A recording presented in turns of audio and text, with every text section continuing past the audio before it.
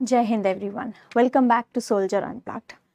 पिछली क्लास में हमने पढ़ा था लास्ट यूनिट डिजिट की, हमने कुछ प्रैक्टिस वगैरह की थी। फिर हमने मेन काम रिमाइंडर थ्योरम के लिए रिमाइंडर का पढ़ा था। रिमाइंडर में ही हमने remainder theorem, Chinese remainder theorem, बिना इनके नाम के, बिना ये जो स्पेसिफिक टाइटल्स हैं ना, इनको दिए हुए हमने क्वेश्चंस वगैरह ट्राई किए थे। अच्छे लेवल के क्वेश्चंस हमने ट्राई किए थे, ठीक है। फिर हमने एक कॉन्सेप्ट हम लेके आए थे which was the concept of greatest integer. I hope आप वो सबको आपको क्लियर हो गया होगा और उसमें आपको कोई डाउट नहीं होगा। What was the concept of greatest integer? Concept of greatest integer का ये था कि अगर मैं 12.3 का ग्रेटेस्ट इंटीजर निकालना चाह रही हूँ तो the answer will B 12। Okay, ऐसे ही कंसेप्ट मैंने एक दो क्लासेस पहले मॉड वाला कराया था। मॉड का काम क्या होता है? मॉड्यूलस बोलते हैं जिसको मॉड्यूलस का काम क्या होता है? And it is denoted by this. इसके अंदर कोई नंबर लिखा होगा, ये हमेशा पॉजिटिव वैल्यू देता है, ऑलवेज ग्रेटर देन 0।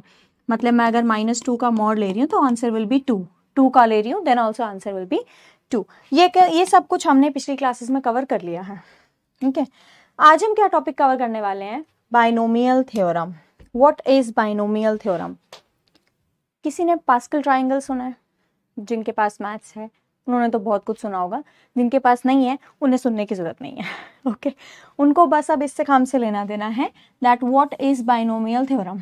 देखो, जिनके पास मैथ्स नहीं भी है उनको लेके चलते हैं, ठीक है। आप लोगों ने ये पढ़ा होगा x + y का होल स्क्वायर क्या होता है ना? गुड, x² + 2xy + y², है ना? This is binomial theorem. अब ये इक्वल टू ये कैसे? जो चीज हम पढ़ते आ रहे हैं ये इक्वल टू ये होता है, हाउ, कैसे? प्रूफ हम पास्कल ट्राइंगल से करते हैं, बट उस प्रूफ की हमें जरूरत नहीं है। हमें बस ये जानना है, हमें बस एक थ्योरम बोल लो या मतलब एक टाइप का एक पैटर्न टाइप है, वो हमें सीखना है, ठीक है, कि क्या होता है। अब हम इन जनरल ट्राई करते हैं, ठीक है। मैं एक अच्छा खासा लाइन लिखती हूँ, x + y to the power n।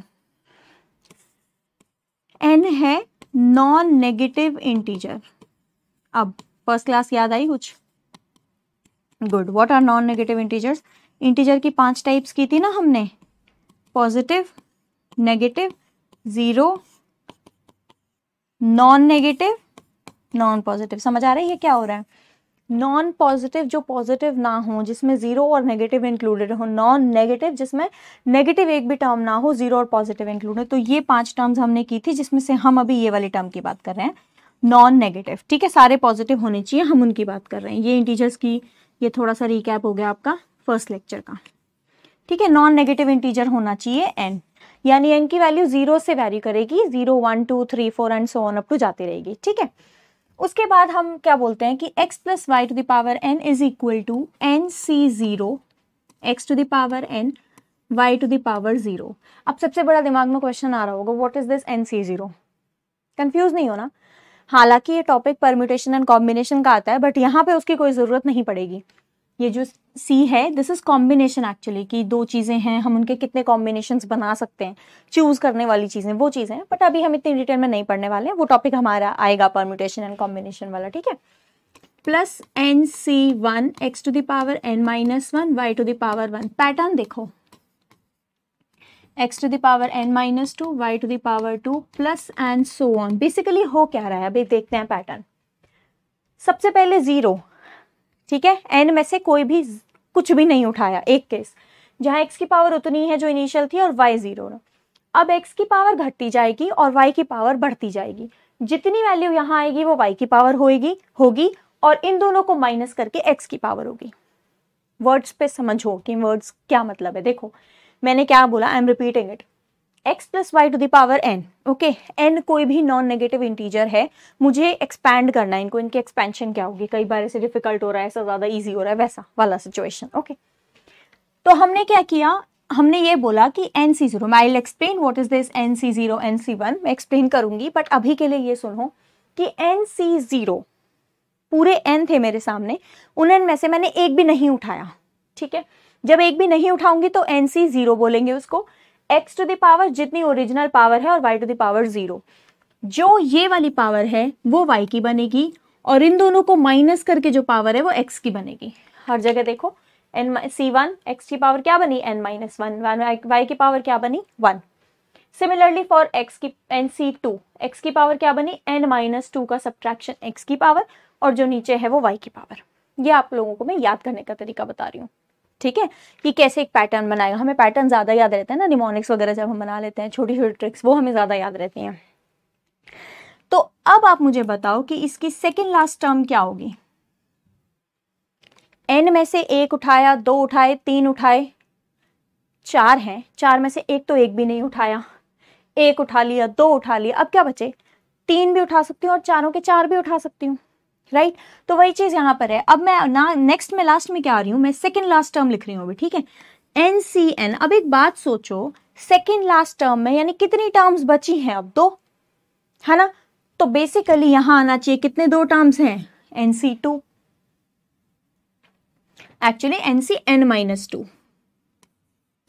2 terms बची है ना, या फिर n-1 से स्टार्ट करते हैं, क्योंकि लास्ट में देखो 2 केस बनेंगे ना। एक तो मेरे पास यहां से शुरू करते हैं, 0, 1, 2 and so on, n-2, n-1 और लास्ट में n, ये टर्म्स बनेंगी ना मेरी सारी। तो अब मैं अगर सेकेंड लास्ट टर्म से शुरू करूंगी तो यहाँ क्या बनेगा, n-1, ओके। अब x की पावर क्या होती है और y की पावर क्या होती है, y की पावर तो वही होती है जो यहाँ होती है, n-1, ठीक है। x की पावर होती है, इन दोनों को सब्ट्रैक्ट करें, तो जब मैं इसको और इसको सब्ट्रैक्ट करूंगी तो ये क्या बन गया, n-n+1 यानी 1, x की पावर आ गई 1। Is it clear? दोबारा रिकैप करो, दोबारा समझना शुरू करो अगर बाय चांस कहीं कंफ्यूजन हो रही है तो। Okay, now last term will be, n में से n-1 उठा ले, लास्ट अपॉर्चुनिटी क्या बची है मेरे पास, लास्ट चांस चॉइस क्या बची है कि n है, n में से सारी की सारी उठा लो, तो NCN, x to the power और y to the power, y to the power तो यही होगी यानी x टू द पावर 0। यहां से देखो क्या हो रहा है, x की पावर हो रही है increase, 1, 2, 3 and so on n, x की पावर हो रही है डिक्रीज, n से लेके वापस आ गई 0 तक। यानी जितनी x की पावर डिक्रीज हो रही है उतनी ही y की पावर इंक्रीज हो रही है। देखो n+0 total n, n-1+1 total n, हमेशा x और y जो उनकी पावर का जो सम आएगा ना वो हमेशा टोटल के इक्वल आएगा। समझ आई जो जो चीजें मैंने बोल दी हैं। अब इसके आगे करने से पहले अब मैं ये बताती हूँ कि व्हाट इज C। ये जो C की बात हो रही है, NC1, NC2, इसका बेसिकली एक फॉर्मूला है। हम क्या करते हैं, NCK, ठीक है, या फिर इसको लिखने का तरीका होता है ब्रैकेट बनाया, यहाँ n यहाँ k, दोनों चीजें एक ही हैं, ठीक है, दोनों में से कुछ भी लिखा हो that means the same thing, okay. और हाँ guys, I want tell you something, बेटा अगर फैक्टर्स में कैलकुलेशन वाली गड़बड़ हो रही है तो बेटा मैं तो ऐसे सॉल्व कर रही हूँ ना यहाँ पे, है ना। आप लोगों को देखना है कि कैलकुलेशन गड़बड़ हो रही है, आप लोगों को ठीक करना है, बट हमें अगर जो वहाँ पे जो हमें आई एम टॉकिंग अबाउट दिस, जहाँ हमें सम ऑफ फैक्टर्स और वो वाली बात करनी थी बच्चे, उसमें तुम्हें ये तो पता चल रहा था ना पावर कितनी है ना, ये तो पता ही चल रहा था। और बेसिक काम हमारा इनका था। मुझे कम से कम 4 बच्चों ने ये मैसेज लिखा है कि मैम आपकी ये फैक्टर्स गलत है, मैम फैक्टर्स गलत हैं। Guys, I was really smiling about that कि देखो बच्चे मेरी गलतियां पकड़ रहे हैं, जहाँ की मैं बोल रही हूँ कि I am always right, you are proving it wrong, हाँ, but no, I am always right. Okay, see NCK और NK, ठीक है, ये चीज आई। अब इसको लिखते कैसे हैं, इसकी पावर, इसका फॉर्मूला क्या है, अच्छा आप लोगों को याद है कंसेप्ट ऑफ फैक्टोरियल, है ना, हमने क्लास में किया था। कंसेप्ट ऑफ फैक्टोरियल क्या था, what was the concept of factorial, that 1 factorial 1 होता है, 2 फैक्टोरियल होता है 2, 3 फैक्टोरियल होता है 3, 4 फैक्टोरियल होता है 4। वेरी गुड, जिसके दिमाग में ये क्वेश्चन आया कि मैम क्या करने लग गई, वेरी गुड। 3 फैक्टोरियल होता है 3 इंटू 2 इंटू 1, ये तरीका है आप लोगों को चेक करने का। और जिसके भी दिमाग में ये नहीं आया ना, हाँ मैम सही बोल रही है, 1 3 फैक्टर 3 4, तो बेटा बहुत मेहनत है अभी, बहुत ज़्यादा, ठीक है, ये था हमारा, है ना। तो अगर मैं बेसिकली k फैक्टोरियल की बात, बेसिकली हो क्या रहा है, जिस नंबर की बात कर रही हूँ वहां से लेके 1 तक जाना है ना। k फैक्टोरियल की बात कर रही हूँ तो क्या बनेगा k into k minus 1 and so on, 4 3 2 1, last तो 1 तक ही जाना है, दैट इज तो जी फॉर श्योर है। ठीक है, ये हो गई फैक्टोरियल का कंसेप्ट। अब जो मैं यहाँ फॉर्मूला लिख रही हूँ, द फॉर्मूला इज n में से k आइटम चूज करने का तरीका या उसका फॉर्मूला है n factorial upon k factorial into जितना बचा है n माइनस k फैक्टोरियल। अब आप लोगों का क्वेश्चन क्या आएगा, you don't know, I know, कि एक एग्जाम्पल से सॉल्व करो। तो टेंशन मतलब बिना उसके तो मैं भी नहीं छोड़ने वाली हूँ। I will give you example. अब देखो क्या हुआ, ये बना है, मुझे मान लो चाहिए value n, I am not writing it n, 4c2 की वैल्यू चाहिए। ठीक है, तो देखो 4c2, 4 यानी n, तो यानी ऊपर आ गया 4 फैक्टोरियल, नीचे आ गया, एक्चुअली इसको 3 की जगह 2 की जगह ना 3 कर लेती हूँ, क्योंकि पता है तुम कंफ्यूज हो जाओगे किस चीज में कंफ्यूज हो गए, 2 और 2 दोनों सेम बन जाएंगे। ठीक है, n, नीचे आता है k फैक्टोरियल, फिर आता है n minus k, 4 minus 3, 1 factorial. ठीक है, जब मैं इसको सॉल्व करूंगी तो ये क्या बनेगा, 4 into 3 into 2 into 1 upon 3 into 2 into 1 into 1, है ना। 3 से 3 कैंसिल, 2 से 2 कैंसिल, आंसर आ गया मेरा 4। अब एक और बात दिखाऊं, देखो बेसिकली था क्या, 4 फैक्टोरियल अपॉन 3 फैक्टोरियल, यही तो है ना, 1 तो 1 बन गया। तो क्या मैं इसको ये लिख सकती थी, 4 into 3 factorial upon 3 factorial and answer is 4। ये समझ आया क्या हुआ, मैंने वहां तक खोला जहां तक कि मेरा डिनोमिनेटर प्रेजेंट है और मेरा कट जाएगा। जैसे अगर मान लो मेरा होता, इन केस मुझे उसने दिया होता 7c5 दिया होता। ठीक है, तो मैं क्या करती, 7 factorial upon 5 factorial into 7 minus 5 into 2 factorial. ठीक है, तो मैं इसको कैसे सॉल्व करती, 7 इंटू 6 इंटू 5 फैक्टोरियल, क्योंकि आगे के क्या आएंगे, 5 4 3 2 1, और वो 5 फैक्टोरियल होता है, और नीचे कैंसिल हो गया 5 फैक्टोरियल इंटू 2 फैक्टोरियल। 5 से 5 गया 2, तो 2 फैक्टोरियल 2 ही होता है, 3 गया, आंसर इज ओके। इसको सॉल्व करना बिल्कुल भी मुश्किल नहीं है, 1% भी मुश्किल नहीं है। ये कंसेप्ट समझ आया बाइनोमियल थ्योरम का? नहीं आया तो वापस से जाओ और दोबारा से इस इतने पार्ट को देखो, इतनी वीडियो को देखो। ठीक है, बिकॉज इट इज नेसेसरी, ये आपके बहुत काम आने वाला है क्वेश्चंस वगैरह सॉल्व करने में भी। जब आप रिमाइंडर के कुछ क्वेश्चंस आएंगे जो हम प्रैक्टिस भी करेंगे, आई गेस इसके बाद ये क्वेश्चन है, हम उसको प्रैक्टिस भी करेंगे कि रिमाइंडर थ्योरम का, बाइनोमियल थ्योरम का यूज कहाँ आ रहा है। ठीक है, okay, I am clearing it. And now अब हम एक जनरल टर्म करने वाले हैं, x plus Y to the power 4। ओके, जैसे कि मुझे पता है कि x प्लस वाई का स्क्वायर की आइडेंटिटी मुझे आती है, x प्लस वाई की क्यूब की आइडेंटिटी मुझे आती है, नहीं आती तो वी आर डूइंग इट। मुझे पता है कुछ लोग ऐसे होंगे जिनके दिमाग में अचानक से ये आया होगा कि हमें तो नहीं आती, but chill, will do it today only. Okay, तो आज के ही लेक्चर में हमारे पास है अलजेब्रिक आइडेंटिटीज बोलते हैं उनको। तो ये हमारे पास कॉन्सेप्ट है x plus Y to the power 4। Okay, अब हमारे पास, अब पहले ऊपर तो लिखते हैं general form. General form is x plus Y to the power n is equal to nc0 x to the power n y to the power 0 plus nc1 x to the power n minus 1 y to the power 1 plus nc2 x to the power n minus 2 y to the power 2 plus and so on ncn minus 1 x to the power y to the power n minus 1 ncn x to the power 0 y to the power n। ये term बनी है। अब देखो इसमें मैं n की value ले रही हूँ 4। अब ये मत पूछना कि n की वैल्यू 4 ही क्यों ली, इट्स जस्ट एन एग्जाम्पल। तुम 5 ले लो, तुम 6 ले लो, मुझे समझाना है, कैलकुलेशन बड़ी नहीं करनी है। That is the only reason I am taking n equals to 4। It's a complete guess, it's complete random. 2 3 मुझे आते हैं फॉर्मूले पढ़ने, इसलिए मैं 2 3 नहीं कर रही हूँ, 4 का कर रही हूँ। ठीक है, 2 x plus y whole square हमें आइडेंटिटी आती है, x plus y whole cube हमें आइडेंटिटी आती है, 4 की आइडेंटिटी हमें बेसिकली याद रही नहीं रहती है, इसलिए I am just solving it. आप 5 ले लो, आप 10 ले लो, it doesn't matter at all. Okay, या coming back to the question, हम ले रहे हैं x plus Y to the power 4। ठीक है, अब हम एक एक चीज सॉल्व करने वाले, तो प्रॉपर क्लैरिफिकेशन। अगर आपको कोई डाउट आ रहा है ना तो वापस से जाओ, pause the video, again understand it. Okay, 4c0 x to the power 4 y to the power 0। Simple, n की वैल्यू पुट कर रही हूँ, दैट इज इट। अभी एक्स वाई तो दिए ही नहीं मैंने। बेसिकली ये ऐसे आएगा, एक तो 5 की पावर 4 निकाल लो, एक 2 की पावर 4 निकाल लो, और ये ना इतनी छोटी चीजों में यूज होगा नहीं वैसे। ये पता है कैसा आएगा, ऐसे आएगा ये, और एक्चुअली ऐसे आएगा ये।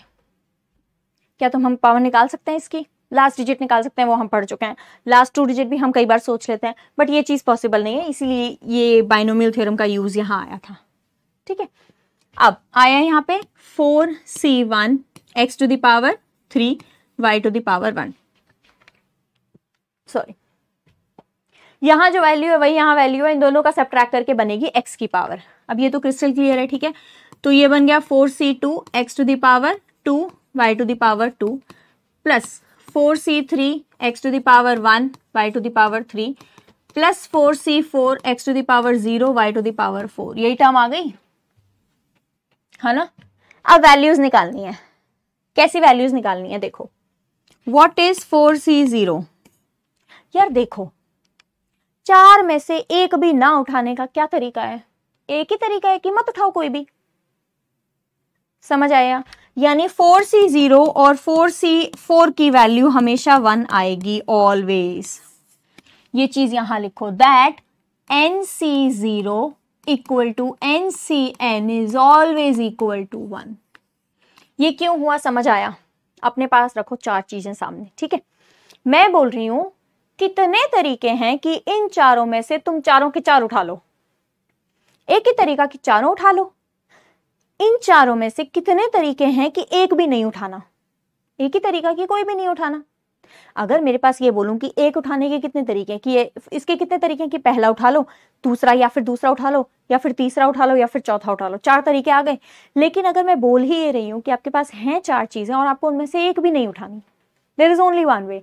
हैं 4 चीजें, आपको चारों के 4 उठानी है, there is only one way कि चारों उठा लो, राइट। वही चीज है कि nc0 is equal to nc1 is always equal to 1, यानी इसकी वैल्यू तो हमेशा 1 आएगी, ठीक है। यानी this is equal to 1 and also this is equal to 1, यानी हमेशा इसका और इसका कोफिशिएंट हमेशा 1 होगा। इसीलिए जब भी आप x plus Y to the whole square की आइडेंटिटी पढ़ते हो तो x square plus 2xy plus y square ये पढ़ते हो ना, जब भी कंप्लीट पावर जितनी है वहां कोफिशिएंट क्या आता है? चाहे आप x plus y whole cube की आइडेंटिटी ले लो, जब भी आप में पावर n आएगी ना, यहाँ पर, यहाँ जो n है वही यहाँ पर जब भी n आएगा, the power the coefficient will always be 1। Okay, coming on to next. अब बात आती है इन तीनों की वैल्यू कैसे निकालें।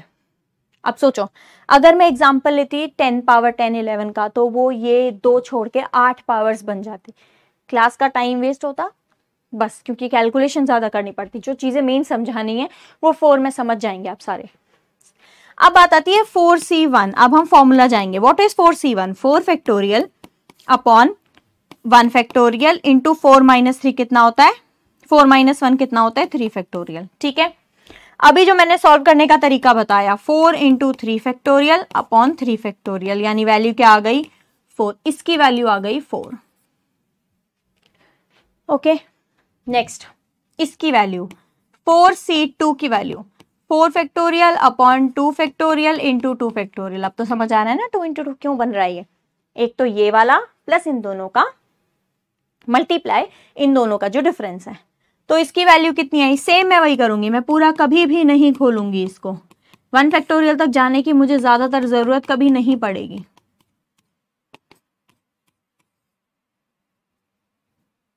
सॉरी, इट इज नॉट 6 आ गया आंसर, यानी इसकी वैल्यू।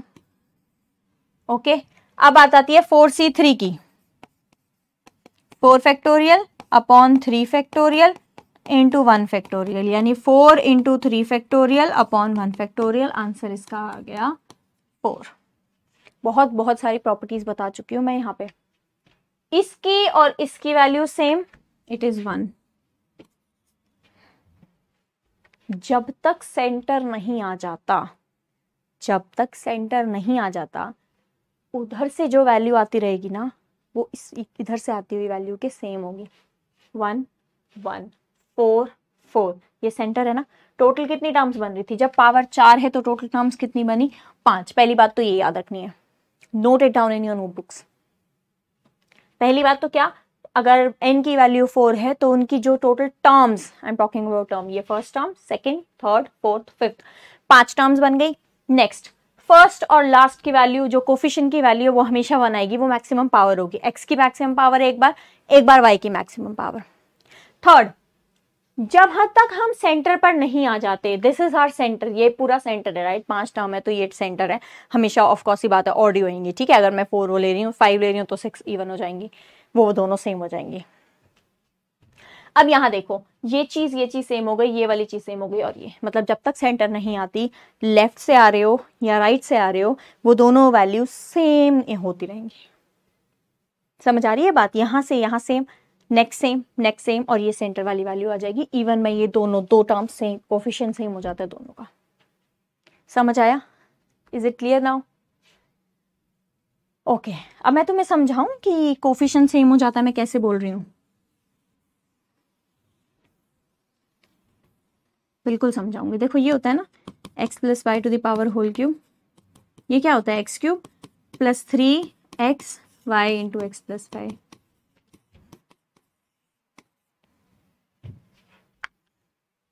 बेसिकली ये है क्या?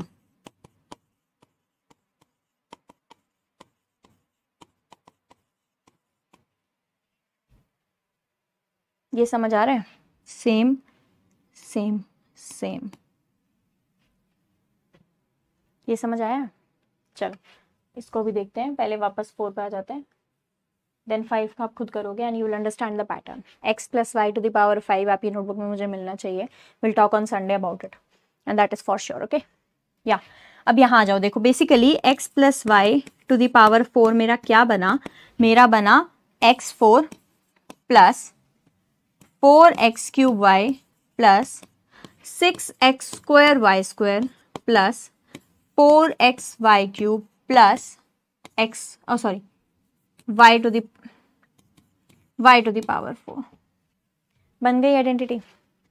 यही मैं लिखती हूं x plus Y to the power cube, x cube plus 3x square y plus 3x y square plus y cube.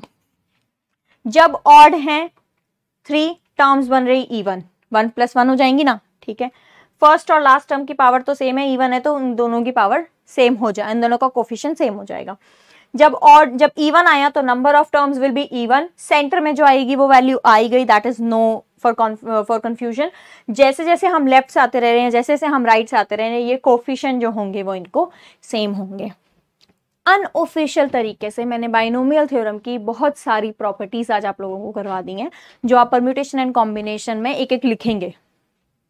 ठीक है, आप किसकी टर्म में लिखेंगे? आप ऐसे लिखेंगे कि N C K equal to N C N minus K, ऐसे टाइप में लिखेंगे।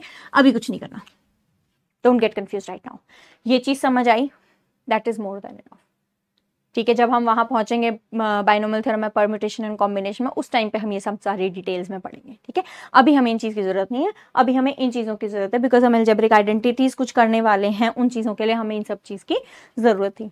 तो आई थिंक कि आपको बाइनोमियल थ्योरम बहुत ही क्लियर तरीके से, बहुत ही अच्छे तरीके से दिमाग में बैठ गया हो गया। देखो रट्टा कुछ भी नहीं मारना है ना, आप बस ऐसा होगा ना कि मैं आपको बोलूं 5C3 बता दो ना। सी एक और चीज, एक क्वेश्चन आया मेरे दिमाग में अभी, इज इट पॉसिबल, 3 चीजें उनमें से 5 उठा लो। करेक्ट, जितनी चीज हैं, जितने सामान मेरे पास सामने पड़े हैं, उनसे ज्यादा क्या मैं उठा सकती हूँ? एक ही सैंपल की बात कर रहे हैं, ठीक है, ये नहीं कि और डाल दिया उसमें, वो दैट इज नॉट पॉसिबल। आपके पास है ही 3 चीज, तो क्या इनमें से 5 उठा सकते हो? Not possible, which means this n will always be greater or equal to k, क्योंकि हमने पढ़ा ना NCN भी होता है। This n will always be greater than equal to k। ठीक है, ये समझ आया? ये सारी टॉपिक्स हमारी बाइनोमियल थ्योरम के अंदर आती हैं। आई डोंट थिंक अब आपके बाइनोमियल थ्योरम में कुछ भी दिक्कत होगी। अब बाइनोमियल थ्योरम का यूज बताती हूँ मैं आप लोगों को। क्वेश्चंस हम आगे प्रैक्टिस वाले काफी सारे करने वाले हैं, बट उससे पहले मुझे ये लगा कि I thought the importance of example. ठीक है, तो बिकॉज अगर आपने थ्योरी पूरी कंप्लीट कर लिया, आपको पता होना चाहिए ना वो एग्जाम्पल कैसे, वो जो थ्योरी पढ़ी है वो यूज कहाँ से हो रही है। सिर्फ थ्योरी पढ़ के तो हमारे क्वेश्चन सॉल्व होंगे नहीं, है ना। तो what is the question, find the remainder when 9 to the power 99 up is divided by 8। मैंने एग्जांपल दिया था 12 टू द पावर 999 का। क्या आप 9 की पावर 99 निकाल सकते हो? अब ये मत बोलना हमारे पास तरीका है 9 की पावर इवन ऑड, सॉरी ये मत बोलना हमारे पास तरीका है 9 की पावर इवन ऑड करने का। ठीक है हमारे पास तरीका, we have the way, but still एक और तरीका ढूंढ रहे हैं। मान लो 9 नहीं आ रहा, कुछ और नंबर आ रहा है जिसके लास्ट डिजिट निकालने में आपको काफी दिक्कत हो रही है। ठीक है, तो अब हम क्या कर रहे हैं, रिमाइंडर व्हेन दिस 9 को मैं क्या लिख सकती हूँ, 8 + 1 लिख सकती हूँ, है ना। अब एक बात सोचो, जब मैं इसको खोलने की तैयारी करूंगी तो 8 99C0 8 to the power 99 plus 99C1 8 to the power 98, वो तो 1 है, 1 की पावर कुछ भी हो, मुझे वैसे भी फर्क नहीं पड़ता। 99C2 8 to the power 97 plus and so on 99C98 8 to the power 1 plus 99C99 1 की पावर पूरी 99 आ गई। ये चीज समझ आई ना, पिछले बाइनोमियल थ्योरम से ही सब किया है, अलग कुछ भी नहीं किया। ठीक है, अच्छा अब इसमें क्या हो रहा है, देखो ये कुछ भी हो, मुझे ना पूरे को डिवाइड करना है 8 से। ठीक है, ये कुछ भी हो, I don't care about them because I have to divide. यहाँ पे 8 प्रेजेंट है, remainder will be 0। Here also 8 present, remainder 0, 8 present, remainder 0, 8 present, remainder 0, but यहाँ 8 है ही नहीं, यानी 99C99 इंटू 1/8, इसमें 8 है ही नहीं। बेसिकली ये 1/8 है, इसकी वैल्यू 1 होती है, वी नो इट। बेसिकली ये 1/8 है, रिमाइंडर क्या होगा? कोई कंफ्यूजन आप लोगों को नहीं होनी चाहिए, है ना। बहुत ही क्लियर तरीके से, बहुत ही। अब आप ये भी कर सकते हैं कि 9 की पावर इवन है, 9 की पावर ऑड है। 9 की पावर ऑड में हमेशा लास्ट में क्या आता है, 9 आता है। 9 को 8 से डिवाइड करोगे, रिमाइंडर विल बी 1। ये चीज बस एक एग्जांपल है, इजी वे तो ये हो गया ना हमारा, जो हमने रिमाइंडर में वहां पे पढ़ा हुआ है लास्ट यूनिट डिजिट से। ठीक है, एक नहीं आ रहा तो एटलीस्ट दूसरा तरीका हो। देखो बच्चों, मैथ्स में क्वेश्चन सॉल्व करने का ना एक तरीका कभी नहीं होता, नेवर। आपको एक आते होंगे, मैं 100 उसी को करने के तरीके बता सकती हूँ आपको। ऑपोजिट भी ले लेते हैं, मेरे को एक आता होगा, आप लोगों को 100 आते हो, क्या पता, है ना। Everything is possible. कुछ आप मुझसे सीख रहे हैं, कुछ मैं आपसे सीखूंगी, एक्सेप्ट मुझे गलत प्रूफ करना। Okay, simplification fundamental operations. आज हम ये हम नया टॉपिक शुरू करने वाले हैं, जो मैंने आपको शायद पिछली क्लास में बता भी दिया था। The topic is simplification. अब हमारे इसमें काफी सारे कॉन्सेप्ट्स आने वाले हैं। ठीक है, सिंप्लीफिकेशन में क्या होगा, देखो आपने बॉड मास पढ़ा हुआ है, वी बॉड मास पढ़ा हुआ है ना। अलजेब्रिक आइडेंटिटीज जो हम करने ही वाले हैं, फंडामेंटल ऑपरेशंस क्या होते हैं। अब हमने इंटीजर्स पढ़े थे। फंडामेंटल ऑपरेशन में सबसे पहला ऑपरेशन है हमारा एडिशन। हमने क्या पढ़ा था, हमने ये पढ़ा था इंटीजर्स, है ना। इंटीजर्स को ऐड कैसे करते हैं, तुम्हें पता है 3 + 5 8 होता है। -3 + 5 क्या होता है?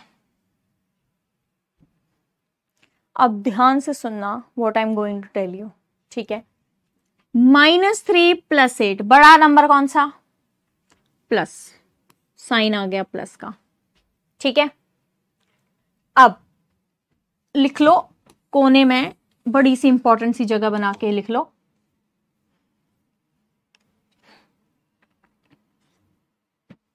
बहुत बड़ी सी जगह बना दो। क्या लिखोगे, जो मैं भी भूल गई, हाँ, प्लस प्लस प्लस होता है, प्लस माइनस माइनस होता है, माइनस प्लस माइनस होता है, और माइनस माइनस प्लस होता है। पढ़ा हुआ है, मैक्सिमम बच्चों ने पढ़ा होगा ये। मैक्सिमम क्या, सबने ही पढ़ा होगा ये, 6 7 8 5 6 7 8 सबने पढ़ा हुआ है ये। समझ आया ये चीज। अब देखो माइनस प्लस माइनस, यानी करना है इनको -5 - 3 2। दोबारा रिपीट करो। फर्स्ट स्टेप, लार्जर नंबर का साइन,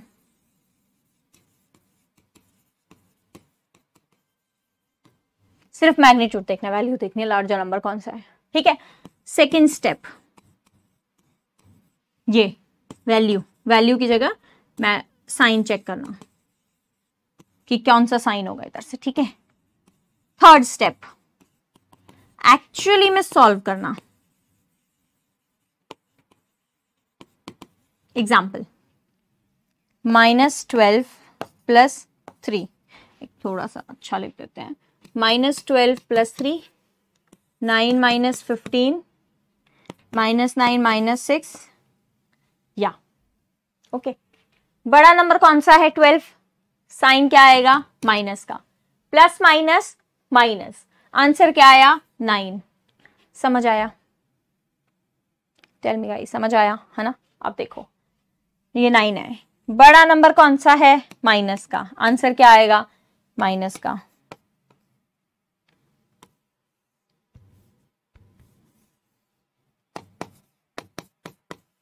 बड़ा नंबर कौन सा है? माइनस। अब यहां अगर साइन, अगर वन मोर थिंग, अगर कोई साइन नहीं है दैट मीन्स उसमें पॉजिटिव का साइन है।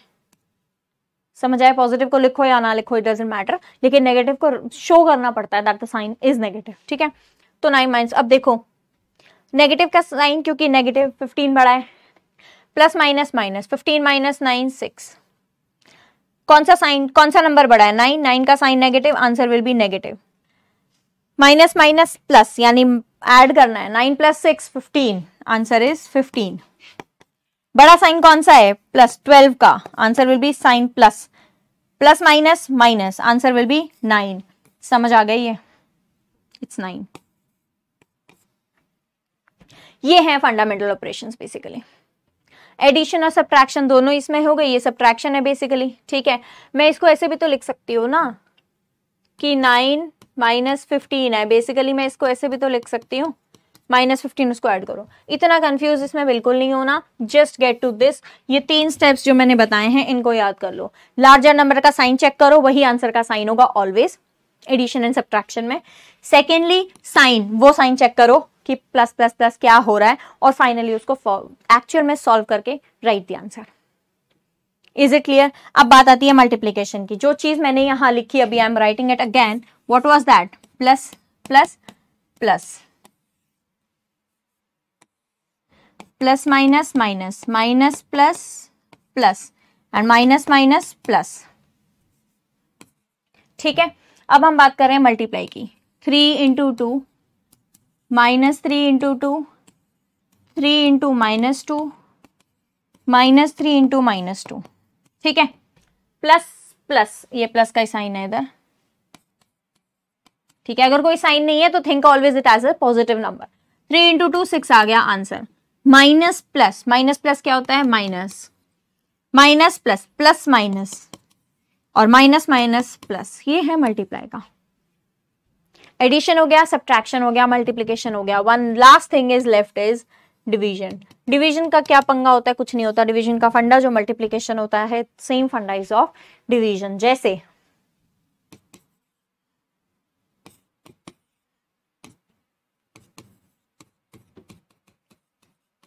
एक्चुअली मैं इसको ऐसे ही डिवीजन करती हूँ जहां सच में डिवाइड हो भी जाता हो, है ना।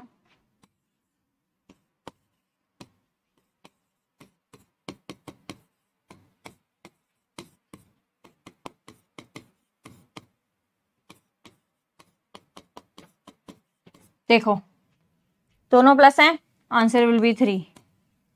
एक माइनस एक plus, plus minus minus, minus minus plus, -3।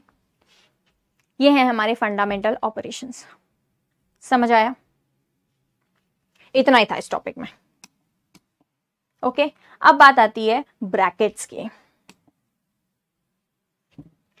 Types of brackets क्या क्या होते हैं? जैसे कभी तुमने सॉल्व किया होगा, आई am just writing in randomly.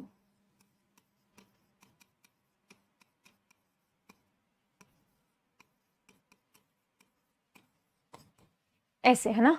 ये चीज पढ़नी है कि किसको प्रायोरिटी देनी है, कौन सा ब्रैकेट कौन सा होता है, कैसे यूज करना है, किसको पहले खोलना है, किसका पहले सॉल्व करना है, ठीक है। सबसे पहला होता है विनिकुलम या बार। ऐसे सबसे पहले इसको सॉल्व करना है, सबसे पहले ऑलवेज। जब भी ये दिया हुआ है ना, कि जैसे मान लो काफी सारे ब्रैकेट्स दिए हुए हैं, इधर ब्रैकेट नहीं होगा, ऐसे वाला सिस्टम, सबसे पहले इसको सॉल्व करना है ऑलवेज, ठीक है। पैरेंथेसिस होता है जो हम कॉमन ब्रैकेट्स यूज करते हैं, ये ना नाम इंपॉर्टेंट है, नाम तो क्या इंपॉर्टेंट है इनका, ये इंपॉर्टेंट है बेसिकली, है ना। विनिकुलम और बार जो ऊपर लगता है नंबरों के, सबसे पहले उनको सॉल्व करना है। स्मॉल कॉमन ब्रैकेट ये वाला, कर्ली ब्रैकेट्स और स्क्वायर और बिग ब्रैकेट्स, ये है सबसे इंपॉर्टेंट लाइन, इसमें बार आएगा। सबसे पहले होगा बार सॉल्व, विनिकुलम, फिर होगा कॉमन ब्रैकेट सॉल्व, फिर होंगे मिडिल ब्रैकेट्स या कर्ली ब्रैकेट्स, उसके बाद होंगे स्क्वायर ब्रैकेट सॉल्व। ओके, ये सीक्वेंस रहता है, ये ऑर्डर रहता है इनको सॉल्व करने का, ठीक है। द नेक्स्ट इज, इसमें कुछ अलग से नहीं था, ये रहा सेम, ये होता है वी बॉड मास, जो मैं भी बता रही थी आप लोगों को। विनिकुलम, फिर आएगा ब्रैकेट ऑफ डिवीजन। अब ब्रैकेट में भी मान लो कर्ली ब्रैकेट, मान लो पहले तो विनिकुलम दिया हुआ है, फिर कर्ली ब्रैकेट्स भी दिए हुए हैं, कर्ली ब्रैकेट में ऊपर वो कॉमन ब्रैकेट्स भी दिए हुए हैं। कॉमन ब्रैकेट्स के अंदर भी किसको प्रायोरिटी देनी है, ये उसके बारे में बात हो रही है। ब्रैकेट्स के अंदर प्रायोरिटी किसको आएगी, DMES को। सबसे पहले डिवीजन सॉल्व होगा, फिर मल्टीप्लीकेशन सॉल्व होगा, फिर एडिशन और फिर सब्ट्रैक्शन सॉल्व होगा, ठीक है। ऐसे प्रॉपर वे में हम इनको क्वेश्चंस को सॉल्व करेंगे। हम जब एग्जाम्पल करेंगे ना, बहुत सारे एग्जाम्पल सॉल्व करेंगे हम इसके, टेंशन मत लो, हमारी बहुत अच्छी प्रैक्टिस हो जाएगी। Power and exponents, power and exponents में कुछ प्रॉपर्टीज हैं basically.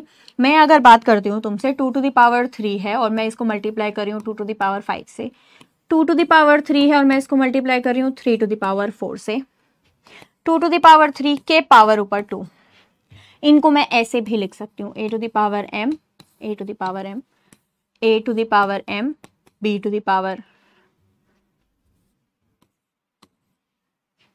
m, a to the power m to the whole power n। अब ये m पॉजिटिव नेगेटिव कुछ भी हो सकते हैं, ऐसा कोई फर्क नहीं पड़ता यहाँ पे, ठीक है। अच्छा, अब बात आती है ये इसको कैसे सॉल्व करते हैं। जब ऐसा होता है ना तो पावर ऐड हो जाती है और पावर पे पावर मल्टीप्लाई हो जाती है, याद कर लो, पावर पे पावर मल्टीप्लाई। जैसे पता है बात क्या है, ये चीज, क्या ये और ये सेम है?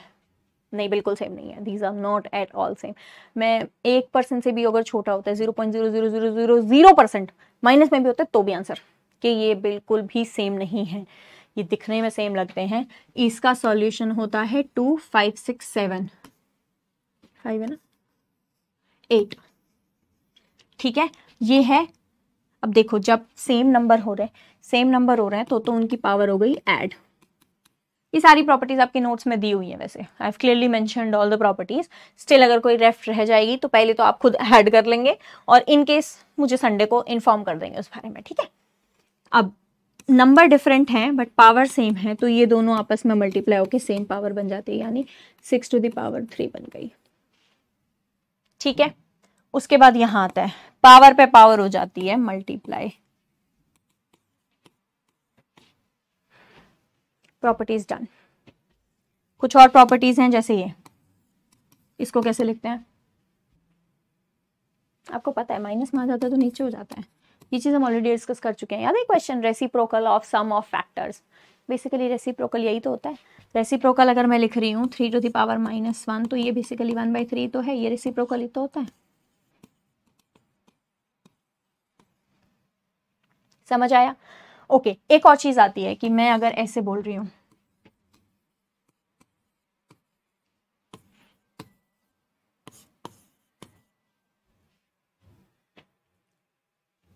ये बोल रही हूं, मैंने अभी प्रॉपर्टीज बताई, वो क्या थी, ये वाली ना,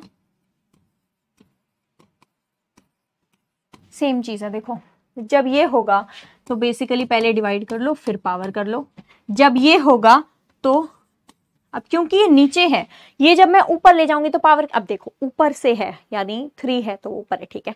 -3 आती है तो वो नेगेटिव आ जाती है ना, तो मैं अगर नीचे वाले से उसको ऊपर लेके जा रही हूँ, इसकी पावर अभी पॉजिटिव है, ऊपर लेके जा रही हूँ, तो ये क्या बन जाएगा -n, और इसकी पावर, इसका सॉल्यूशन हमको पता है। जैसे मैं इसको सॉल्व करूं अब,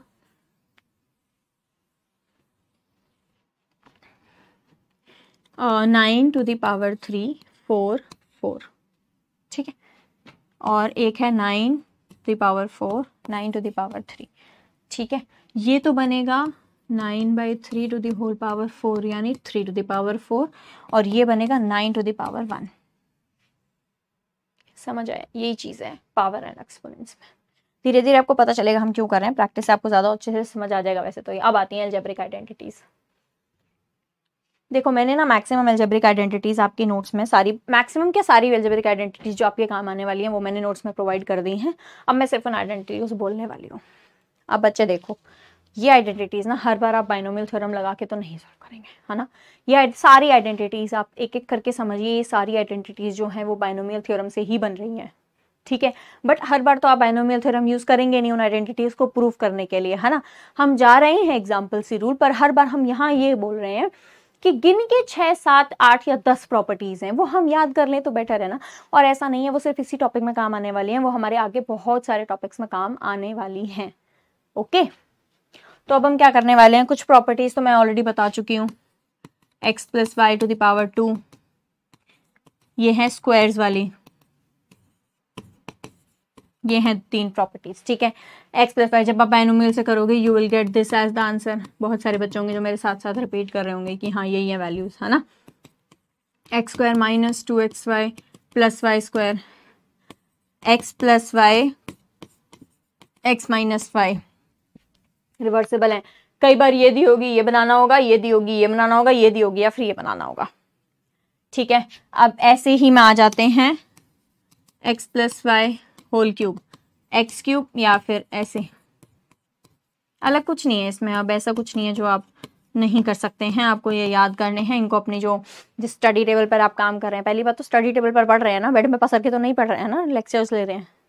स्टडी टेबल पे जिसमें आप पढ़ रहे हैं, अब आगे आपने एक तो स्क्वायर रूट क्यूब रूट वाला पेज लगाइए, ठीक है। दूसरा आप ये अलजेब्रिक आइडेंटिटीज वाला पेज लगाइए। ये दोनों इंपॉर्टेंट टेबल आते हैं 20, 25, 19 तक। 19 के टेबल आता है आप लोगों को? मुझे पता है बहुत ऐसे होंगे जिनको नहीं आता होगा। चलो, x³ + 3xy x + y + y³, जिसको मैं एक और चीज लिख सकती हूँ, x³ + 3xy + 3xy² + y³। Same चीज यहाँ पे आ रही है, x³ - 3xy x - y - y³। तो आंसर क्या बन गया, x³ - 3x² minus + 3xy² - y³, ठीक है। इसकी आइडेंटिटी क्या बनी, x + y × x² + y² - xy, ठीक है। प्लस है तो माइनस, ठीक है, सॉरी प्लस, यहां बन गया x - y x² + y² + xy, that is it. ये आइडेंटिटीज है आपकी बस। बाकी आइडेंटिटीज हैं बहुत सारी, एक तो ये भी है a + b + c का होल स्क्वायर, ये सब मैंने आपको अपनी नोट्स में दी हुई हैं। उन नोट्स की प्रिंट आउट निकालिए और वो नोट्स को अपने सामने फोटो पे रखिए। फोटो पे नहीं मतलब अपनी जो दीवार है जिस पे भी आप पढ़ रहे हैं स्टडी टेबल पे, वहाँ पे अपनी नज़रों के सामने हमेशा होना चाहिए। जब आप पढ़ने बैठ रहे हैं तब एक बार उसको देखें, जब आप पढ़ने से उठ रहे हैं तब आप उसको देखें। इतने में आपको वो याद हो जाएंगी सारी, ठीक है। अब एक क्वेश्चन है सिंपल सा जो मैंने सोचा एक बार करवा देती हूँ प्रैक्टिस सेशन से पहले, ठीक है। प्रैक्टिस सेशन मतलब जो हम क्वेश्चंस करने वाले हैं, ओके। नेक्स्ट लेक्चर में हम क्वेश्चंस करेंगे, ओके। बहुत सारे questions, I have a variety of questions and I am excited कि वो क्वेश्चंस जब हम सॉल्व करेंगे तो आप लोगों को कितना मजा आएगा जब आपको समझ आएगा। चलो, ये दिया हुआ है उसने 52 - 4 ऑफ क्या होता है, ऑफ का मतलब होता है मल्टीप्लाई। 17 - 12 + 4 × 7 BODMAS। सबसे पहले होना चाहिए डिवीजन, फिर होना चाहिए मल्टीप्लिकेशन, एडिशन, सब्ट्रैक्शन। सबसे पहले क्या होना चाहिए, डिवीजन। कहीं भी डिवीजन दिख रहा है, ब्रैकेट उसने दे दिया भाई, है ना। ब्रैकेट उसने दे दिया तो मेरे पास तो कोई ऑप्शन है ही नहीं। 17 - 12 5, now I don't have any option, right. सबसे पहले क्या करना है, मल्टीप्लाई करना है, ठीक है। 52 - 20 + 28, ठीक है, समझ आया। अब क्या करना है, पहले फिर उसके बाद क्या करना है, एडिशन करना है। एडिशन कर लो, 8 और 10 5 6 7, 70 - 20, answer is 50 and you get your answer. कोई दिक्कत कुछ भी नहीं था इसमें, ब्रैकेट उसने ऑलरेडी दे दिया था। ब्रैकेट तो पहले सबसे पहले तो मुझे इसको सॉल्व करना था, आई सॉल्व्ड इट। देन मुझे उसने बोला है पहले गाइस इट वाज, हाँ देन मुझे उसने बोला है कि मल्टीप्लिकेशन सॉल्व होना चाहिए, तो मैंने मल्टीप्लिकेशन सॉल्व कर दिया, 7 4 28, ठीक है। फिर उसने मुझे बोला है कि मल्टीप्लिकेशन के बाद क्या सॉल्व होना चाहिए, एडिशन, वही प्रॉपर्टी फॉर्म की है मैंने। तो गाइस अभी के लिए इतना काफी है, जो आप आज थ्योरेटिकल काफी हो गया है, ठीक है। अगली क्लास में हम एग्जांपल्स बहुत ज्यादा करेंगे, पर उन एग्जांपल्स को करने के लिए आपको ये जो थ्योरेटिकल पार्ट है ना, ये बहुत अच्छे से क्लियर होना चाहिए दिमाग में, ठीक है, ताकि आपको पता चले कि कहाँ क्या चीज यूज हो रही है, कैसे यूज करनी है। ओके, चलो, जय हिंद और स्टे सेफ, ठीक है, अच्छे से प्रैक्टिस कीजिए, बाय बाय।